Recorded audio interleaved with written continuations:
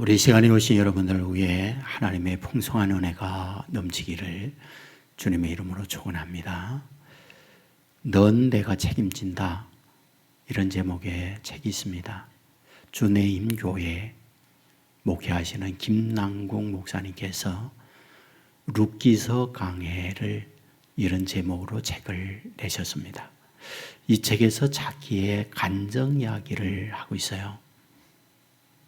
자기는 3형제 가운데 샌드위치를 위치하고 있는 자신이라고 얘기합니다. 형이 있고 동생이 있고.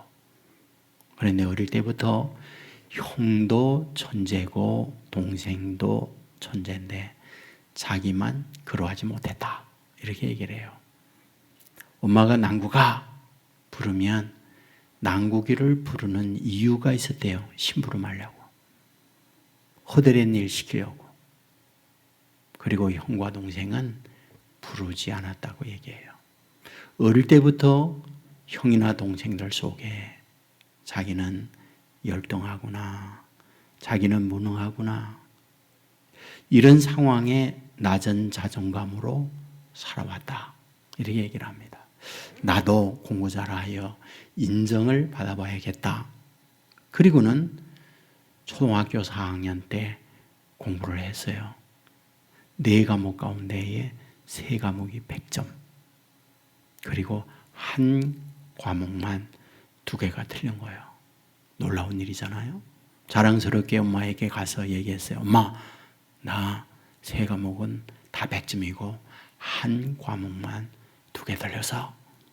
근데 그 옆에 동네 아줌마가 있었어요. 입을 쫙 벌리면서 아드님 천재네요, 공부 엄청 잘하시네요 라고 난국이를 칭찬한 거죠. 그런데 엄마 하는 말, 얘 영은 올백이에요, 얘 동생도 올백이고요, 얘만 이래요 라고 말을 하는 거예요. 그때 난국은 크나큰 상처를 입었다고 해요. 그리고 공부를 포기했다고 말을 합니다. 어릴 때부터 부모는 말했대요. 너 커서 기술이나 배워라. 그러므로 고등학교 2학년 때까지 꼴찌를 벗어나지 못했다라고 이야기를 합니다. 고2 때입니다. 경배와 찬양에 참여를 해서 찬양을 부르게 됐어요. 찬양의 내용은 너는 내 것이다 였습니다. 그 찬양을 부를 때에 성령께서 난국이에게 찾아옵니다. 너는 내 것이란다. 네가 어디를 가든지 나는 너를 떠나지 않고, 내가 어떤 상황에 있든지 나는 너를 기억하고 있다라고 하는 큰 감동을 받게 됩니다. 그러면서 그의 인생이 거듭나는 간증을 여기에서 쓰고 있는 것을 보게 됩니다. 여러분, 오늘 본문에서 우리에게 뭘 말씀하려고 하는 걸까? 이 부분을 우리에게 가르쳐 주려고 하는구나 하는 것을 발견하게 됩니다. 본문 25절은 이렇게 기록해요. 형제들아, 너희가 스스로 지혜 있다 하면서 이 신비를 너희가 모르기를 내가 원하지 아니하노니 라고 말씀합니다. 하나님의 신비가 있어요.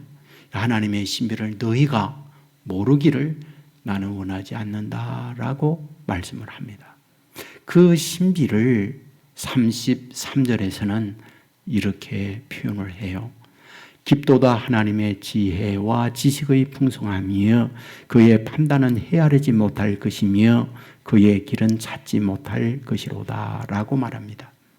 그러니까 하나님의 지혜, 하나님의 지식은 너무 깊어요. 너무 풍성해요. 그래서 너희가 감히 헤아리지 못한다. 이것이 하나님의 신비라고 말씀을 하고 있습니다. 그러니까 하나님의 신비는 너무 깊습니다. 너무 풍성합니다. 그렇기 때문에 너희가 감히 헤아리지 못한다라고 말씀을 해요. 그렇다면 도대체 무엇이 그렇게 신비한데 장황하게 이런 부분을 바울은 말하고 있을까? 이에 대하여 25절 하반절은 이렇게 말합니다. 이 신비는 이방인의 충만한 수가 들어오기까지 이스라엘이 더러는 우둔하게 된 것이라 이렇게 말해요. 신비가 있다. 이방인의 충만한 수가 들어오기까지 이스라엘은 우둔하여진 것이 신비다 이렇게 말해요. 이해가 안 가죠. 우선 우둔이라는 단어가 무엇일까요? 우리가 둔하다, 저렇게 미련할까, 저 우둔한 놈이라는 말을 보편적으로 쓰잖아요. 하나 여기서 말하는 우둔이란 완악하다, 불순종하다라는 뜻을 갖고 있어요. 이 부분을 바울은 본문에서 설명을 합니다. 어떻게? 26절 하반절에 보면 경건하지 않았다. 28절에 보면 복음으로 하면 그들이 너희로 말미암아 원수된 자들이다. 30절에 보면 너희가 전에는 순종하지 아니하더니 31절에 보면 이와 같이 이 사람들이 순종하지 아니하니 라고 말씀을 해요. 그러니까 이스라엘 백성이 어떠하다? 그들이 완악하여졌다. 그 완악하여진 내용이 무엇이냐? 경건하지 않은 거고 하나님과 원수된 거고 하나님께 순종하지 아니한 것, 이것이 이스라엘의 우둔한 거다, 이스라엘의 완악한 거다 라고 말씀을 합니다. 자, 지금 바울이 하나님의 말씀을 전하고 있는데 누구에게 이 부분을 그렇다라고 말하고 있다고요? 이스라엘이요. 자, 그렇다면 이스라엘이 누굽니까?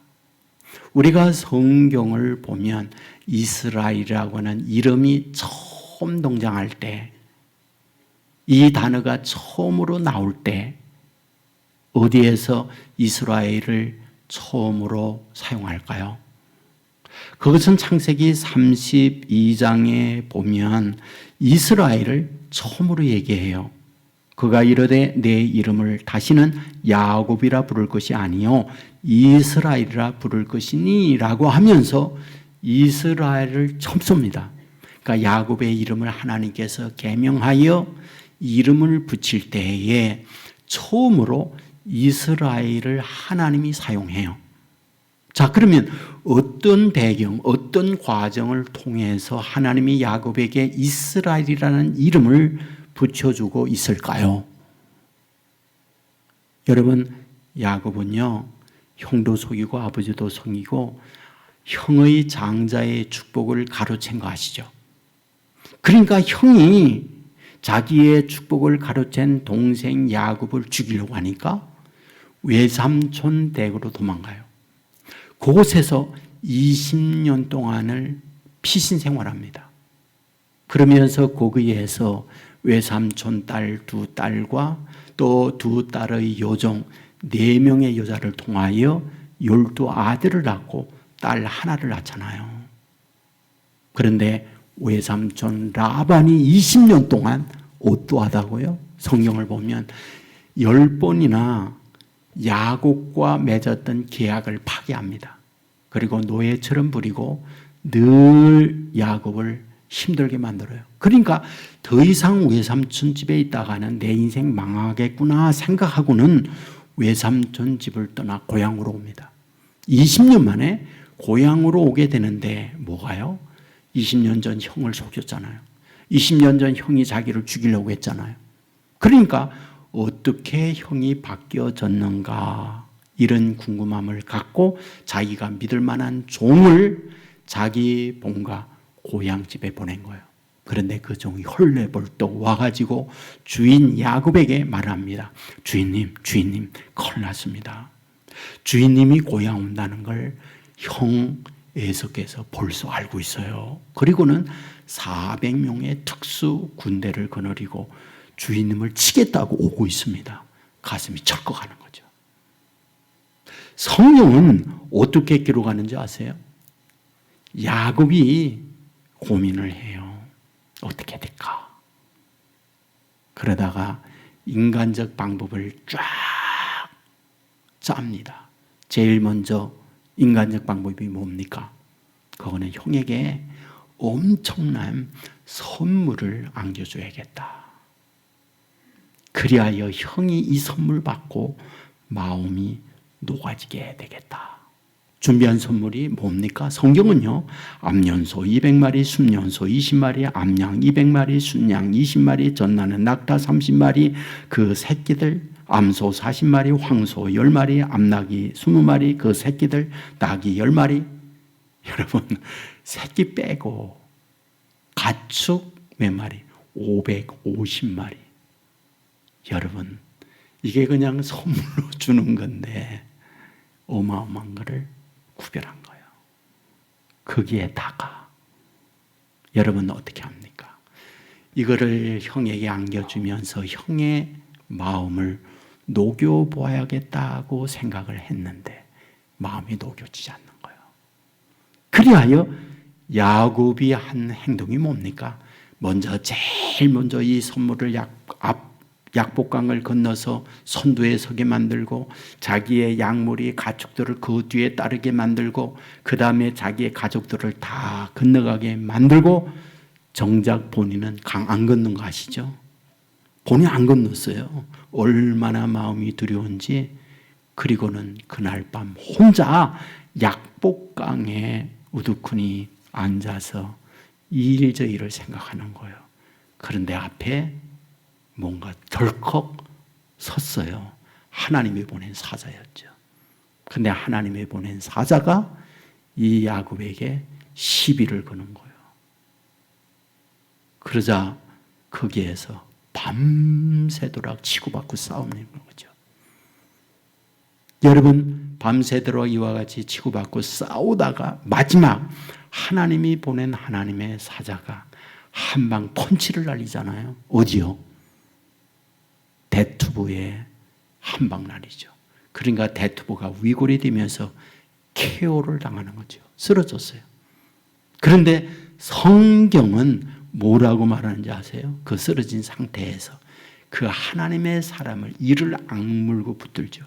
그리고 딱 하는 말, 당신이 내게 복 내려주지 않으면 절대 가게 하지 않겠습니다 하고 이를 악물고 얘기하죠.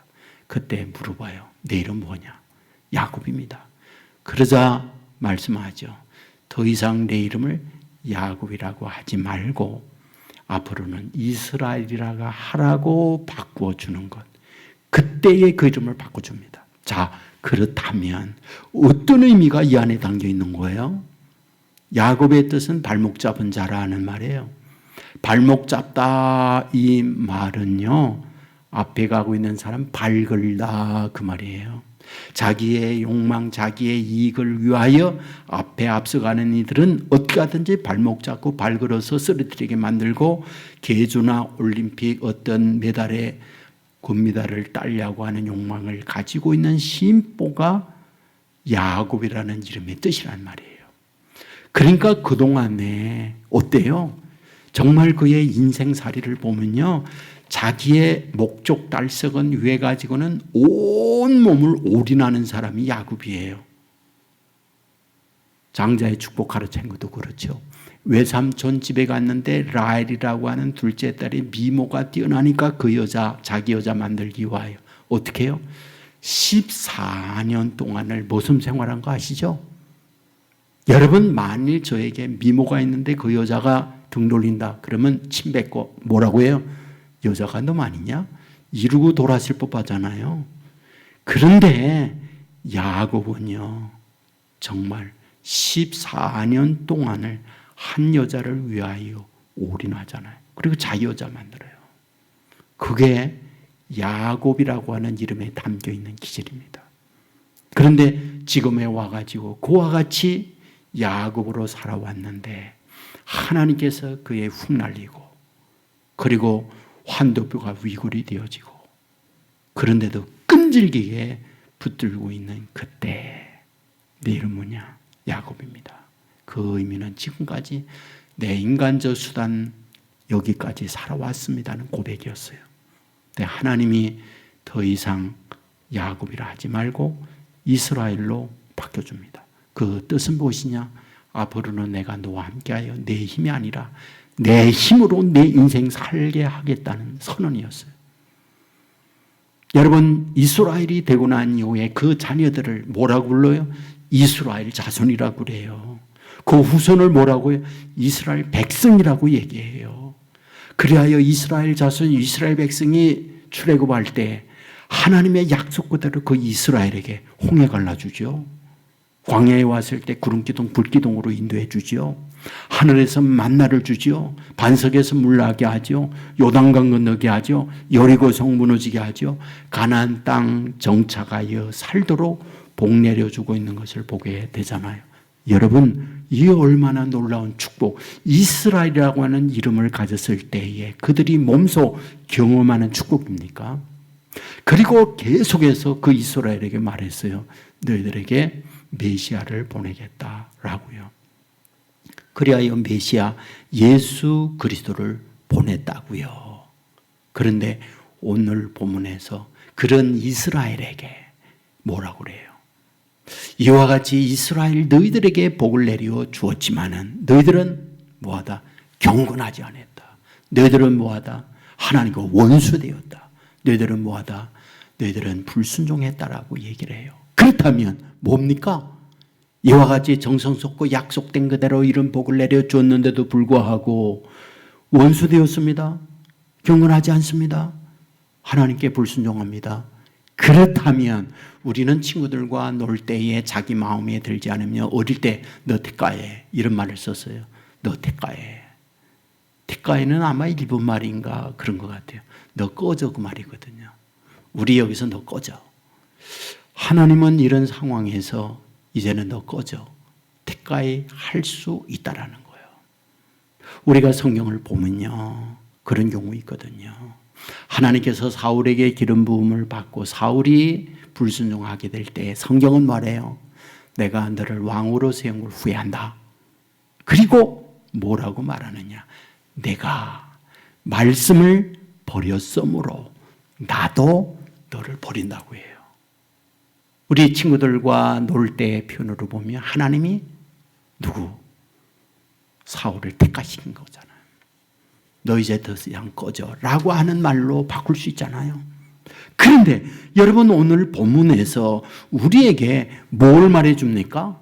이와 같이 이스라엘을 하나님이 불러 이와 같은 복을 내려주었는데 경건하지 않았습니다.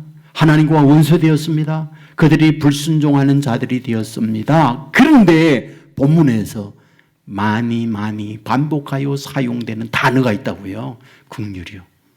긍휼이라고 하는 단어를 계속 반복했었습니다. 30절에 보면 이제 긍휼을 입었는지라. 31절에 보면 이는 너에게 베푸시는 긍휼로 이제 그들도 긍휼을 얻게 하려 하심이라. 32절에 모든 사람에게 긍휼을 베풀려 하심이로다. 긍휼을 얘기해요. 긍휼이 뭡니까? 이 단어 사용되어 있는 헬라어는요, 엘레오스라는 단어를 쓰고 있어요. 이 엘레오스라고 하는 헬라어, 그리스 말이 구약에 사용될 때에 구약은 어떤 말로 쓰여져 있을까라는 거예요. 자, 이 부분에 대해서는 조금 제가 설명을 좀 드릴게요. 우리가 읽는 성경, 한글 성경이에요. 한글로 쓰여 있어요.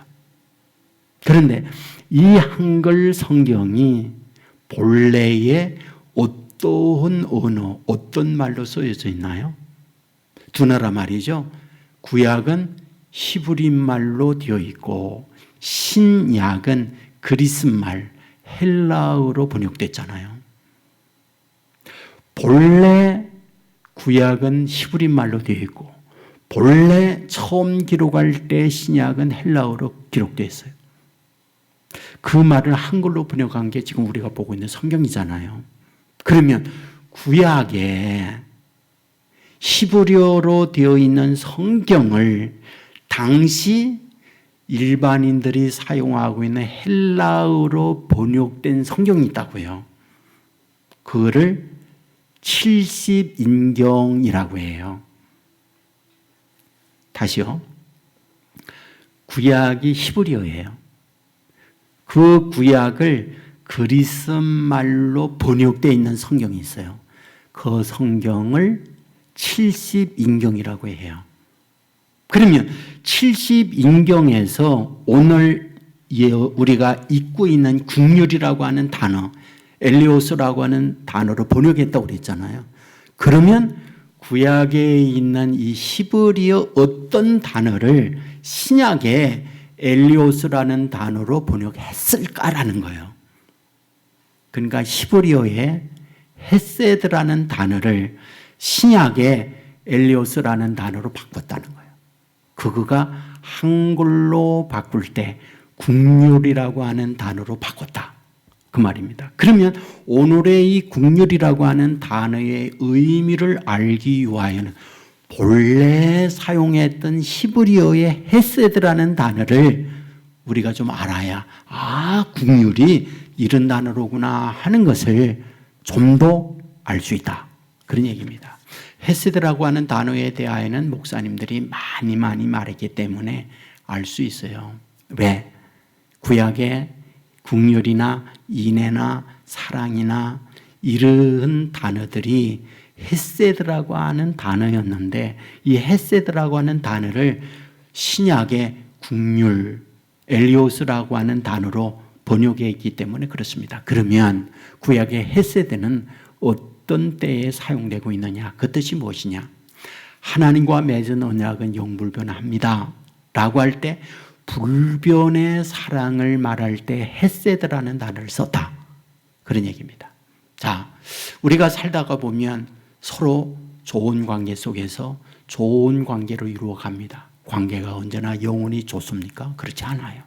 다투고 갈등하고 싸웁니다. 그러다가 헤어져요. 그러면 끝장이에요.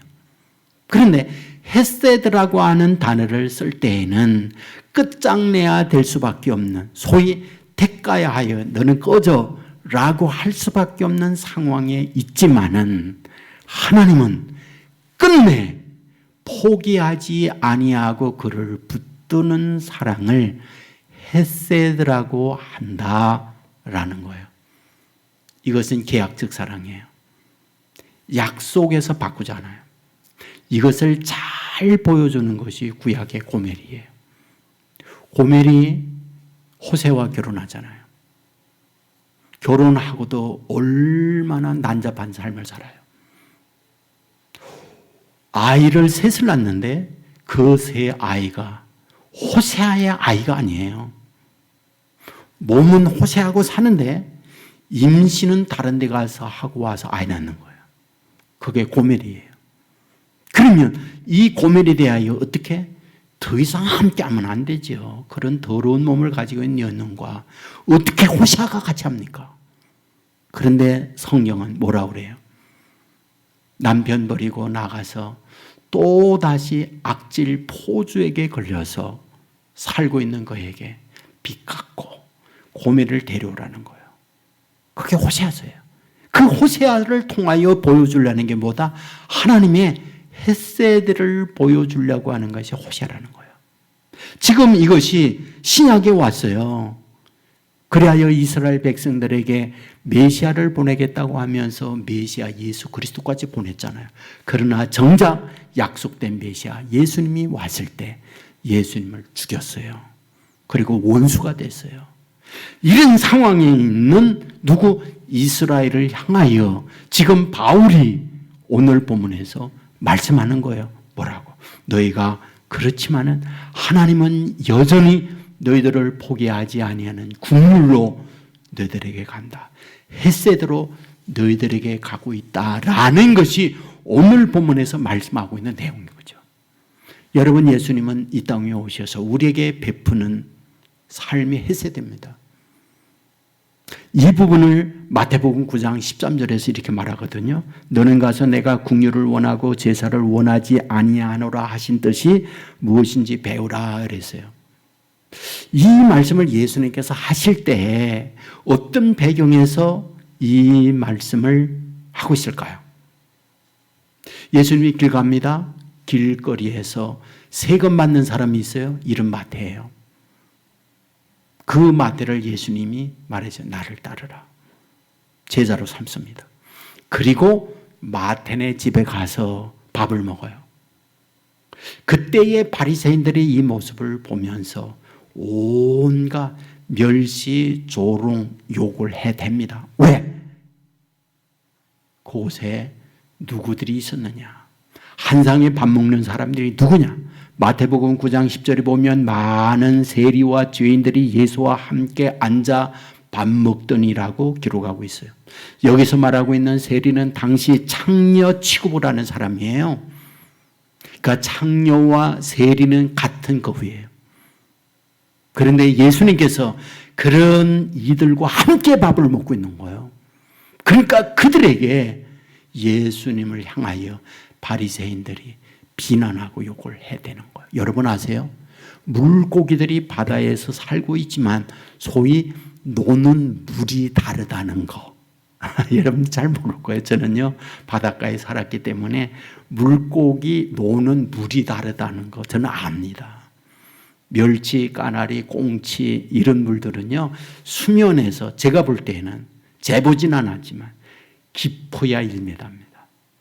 수면에서 1m 사이에 이 물고기들이 놀아요. 저희가 살고 있는 연봉이라는 곳에 가면은 제 팔로 이 물고기 잡는 줄을 20발 정도 이렇게 재면 바닥이 닿거든요.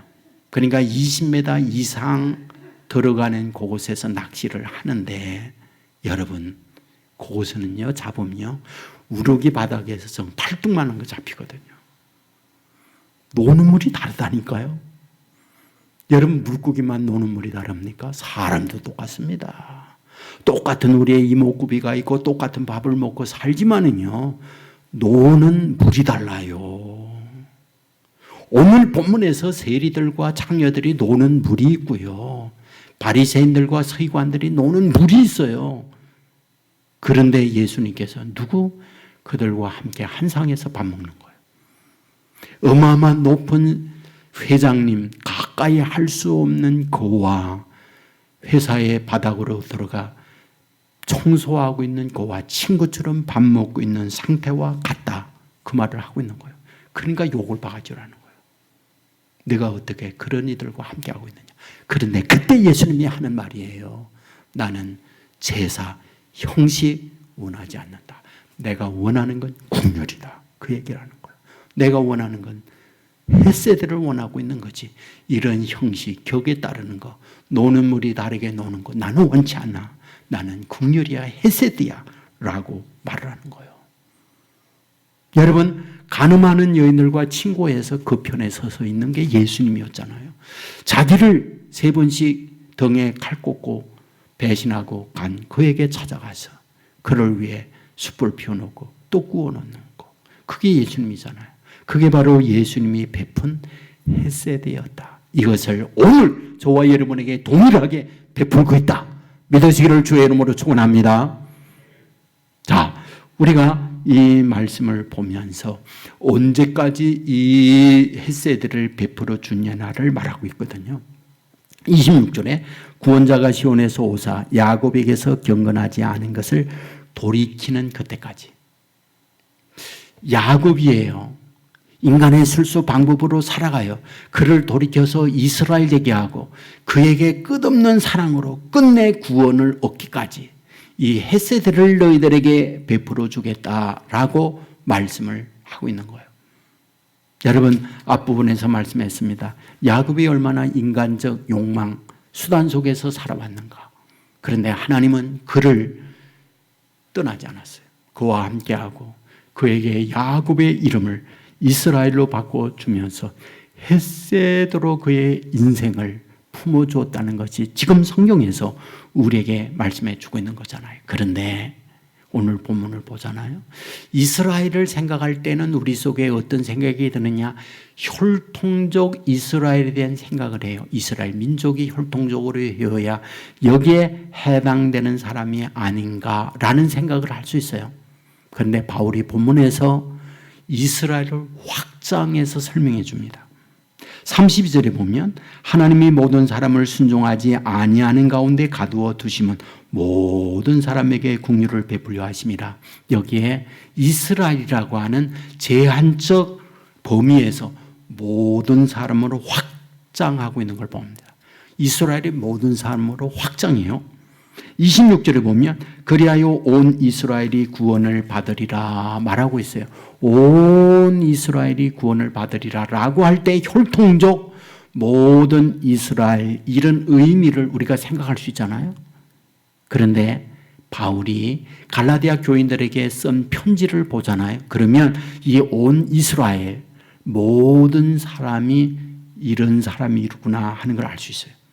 갈라디아서 3장 6절에 보면 아브라함이 하나님을 믿음에 그것을 의로 여겼다 이 말이 있어요. 그러니까 아브라함이 하나님의 자녀가 되는 기준점이 있는데 그건 믿었기 때문에 그렇다라고 얘기해요.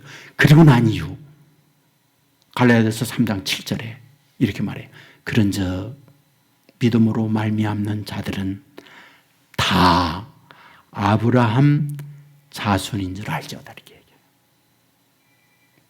그러니까 아브라함이 믿었기 때문에 하나님의 자녀로 등극합니다. 그런데 아브라함처럼 누구든지 믿는다면 다 아브라함 자손이 된다. 그렇게 쓰고 있는 거예요. 그러니까 혈통적으로 우리가 다 유대인 이스라엘 사람이 아니다 할지라도 우리가 믿는다고 하나님의 선택된 자들이라면 우리들도 다 이스라엘 사람들이다라고 말하고 있다는 거예요. 그러면 여기서 바울이 이스라엘이라는 것을 이렇게 강조하면서 말하려는 이유가 뭡니까? 하나님이 선택된 이스라엘에 대하여는 헤세드를 가지고 끊임없이 이 사랑을 베풀어 줌으로 말미암아 반드시 구원의 은혜를 받게 하고야 만다, 책임진다라는 사실을 가르쳐주기 위하여 바울은 본문에서 말하고 있다. 이건 하나님의 신비다. 이러한 하나님의 지혜는 너무 깊고 지식은 너무 넓기 때문에 우리의 인간적 생각으로는 받아들이기 어려운 말씀이라는 얘기를 하는 거예요. 우리는요, 심은 대로 거두게 되어 있어요. 우리는요, 저와 여러분에게 잘하면 그에게 상대적으로 잘해주는 거예요. 저와 여러분에게 못하면 상대적으로 상대에게 대하여 배신하고 그를 동돌리고 끝나버리는 거예요. 너는 여기까지다라고 원수로 돌아서는 거 인간이에요. 그러나 하나님의 마음이 무엇이다? 헤세드라는 거예요. 긍휼이라는 거예요. 이와 같이 맺은 부분에 대하여 너희가 본문에 뭐예요? 경건하지 않았다. 너희가 뭐예요? 하나님과 원수되었다. 너희가 뭐예요? 불순종했다. 그러나 너희들에 대하여 갖는 마음은 긍휼이다. 포기하지 아니하고 끝까지 너희가 돌아서서 구원을 얻을 때까지 내가 너희와 함께한다. 이런 은혜를 우리에게 베풀어 주고 있다. 이 사실을 믿으시기를 주의 이름으로 축원합니다. 제가 방요한 목사님 간증을 들었거든요. 이분은 청소년 전문 사역자예요. 자기는 독자라고 해요. 아버지 엄마가 자기 하나 낳았대요. 어릴 때부터 엄마 아빠의 사랑을 듬뿍 받으며 성장합니다. 그런데 아버지의 형제들이 있잖아요. 어머니의 형제들이 있잖아요. 그러면 외가댁과 본가에 있는 사촌들이 있잖아요. 이종 사촌도 있고 고종 사촌도 있고 다 사촌들이 있잖아요. 그런데 그들에게 대하여 요한이한테 잘해줘야 된다. 요한이한테 잘해줘야 된다. 어릴 때부터 그러면서 컸대요. 그러니까 엄청난 주변의 사랑을 독차지하면서 독자로서 잘 컸어요. 그런데 중2 때 자기의 사촌 동생이 형한테 이 말 해야 되는지 모르겠어. 절대 말하면 안 된다고 했는데 근데 말하지 않을 수가 없어. 형, 내 말 듣고 비밀 지켜야 돼 하면서 사촌 동생이 중2 때 이야기하는 거예요. 형은 입양아야. 청천벽력의 얘기를 하는 거예요. 엄마 아빠가 낳은 아들이 아니라 다른 데서 데려다가 키운 아들이야 라는 말을 듣는 거예요. 그런 얘기예요. 자신의 정체성의 혼돈이라는 것, 너무너무 큰 쇼크를 받아서 어찌할 줄을 몰랐다고 얘기를 해요. 그러니까 그때부터 반항의 길을 갔다고 해요. 그는 20살 될 때까지 엄마 아빠에게 피눈물 나게 힘들어하게 지냈다고 얘기해요. 그럴수록 엄마 아빠는 자기를 더 품어주었고, 그럴수록 엄마 아빠는 자기에게 잘해주었고, 새벽마다 낭낭하게 통곡하며 울며 기도하는 엄마의 소리를 들었다고. 하나님, 우리 요한이를 하나님이 맡아줘야 됩니다. 하나님이 지켜줘야 됩니다. 라면서 자기가 성장을 했다고. 그런데 나중에서 자기 출생의 비밀을 알게 되었다고 얘기해요. 홀토아동복지에서 엄마 아빠가 아이를 낳지 못하는 난임 가정이에요. 그러니까 난 지 한 달이 된 요한이를 입양한 거예요. 누가 낳았냐? 기록을 봤더니 18살 불장난하다가 임신하여 낳은 아들을 한 달 만에 임명한 거예요. 그리고 엄마 아빠는 자기에게 친아들 이상으로 가슴으로 낳은 아들로 자기를 키웠다라고 이야기를 하는 거예요. 자기는 엄마의 소원대로 신학을 하고 목사가 되었는데 37살이 되어졌을 때에 생모를 만났대요. 생모를 만나면서 자기의 간절한 질문 하나가 있었대요. 왜 엄마 나를 버렸냐고. 엄마 난 왜 버렸냐고. 그거를 묻고 싶었대요. 그런데 만나는 그날 통곡하면서 엄마를 품었대요. 그런데 순간 하나님의 음성이 들려오더래요. 너를 주변에서 지우라고 얼마나 말했는지 모른단다. 근데 지울 수가 없어서 내 귀한 생명을 이 땅 위에 나게 했단다. 너를 입양시키고 난 이후에 생모 마음 한 번 편한 날이 없단다. 너를 생각하며 통곡하는 삶으로 여기까지 살아왔다고 그 음성이 들려오더래요. 그날 생모에게 말했답니다. 엄마, 처음으로 생모의 이름 엄마라고 부르면서 얼마나 힘들었느냐고. 엄마를 내가 이해한다고. 엄마를 용서한다고. 그와 같이 고백을 했다는 거예요. 자기를 가슴으로 키우진 어머니, 당뇨가 심했어요. 병원에 가서 진찰을 했습니다. 의사가 얘기해요. 신장이 다 망가졌네요. 신장 이식을 하지 않으면 생존이 어렵네요. 남편 신장 검사했더니 맞질 않아요. 그런데 자기를 엄마가 낳지 않았잖아요. 그런데 어쩌면 유전자가 일치가 되는지 자기의 신장을 주면 어머니는 살 수가 있어요. 그런데 여러분 그 엄마가 뭐라고 했는지 아세요?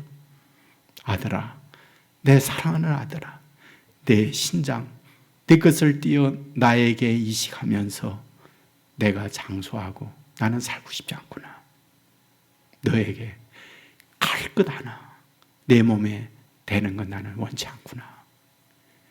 극구 그 어머니가 거부를 한 거예요. 그 아들에게 갈대지 않겠다고. 그리고는 엄마는 그 당뇨 후유증으로 세상을 떠났어요. 그는 찬양 가수입니다. 언도도 목사님의 글을 찬양으로 만들었어요. 이런 가사가 있죠. 걸을 수만 있다면, 설 수만 있다면 더 큰 복을 바라지 않겠습니다. 그건 바로 누군가의 간절한 기도. 부자가 되지 못해도, 빼어난 미모가 아니어도, 지혜롭지 못해도 내 삶에 날마다 감사합니다. 나의 하루는 그래서 기적입니다. 라고 하는 찬양을 하면서 자기의 마음을 담았던 거죠.